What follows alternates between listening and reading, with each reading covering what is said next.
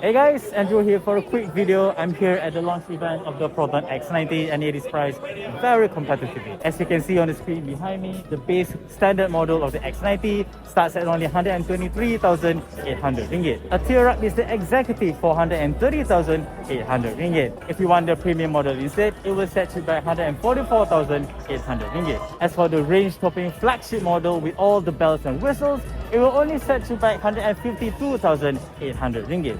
Given its feature set as a premium D segment SUV, these prices are very attractive, especially when compared to its competition, which are usually priced at a higher price point.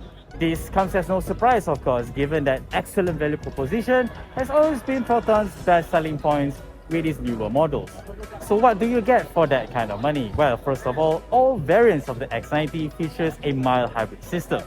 The 1.5-litre turbo engine is paired with a 48-volt EMS system that offers a combined output of 190 PS and 300 Nm of torque.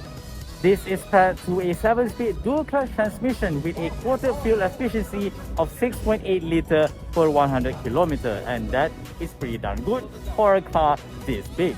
It's also worth noting that the flagship X90 is the only variant to feature a 6-seat configuration. The others have a more typical 7-seat configuration.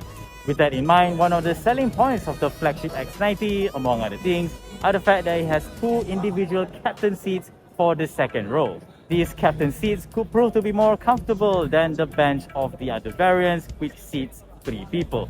And that is it for a very quick rundown of the Proton X90. If you're looking for a large D segment SUV for your family or whatnot, you should absolutely consider the X90 given its excellent value proposition. This has been Andrew, signing off.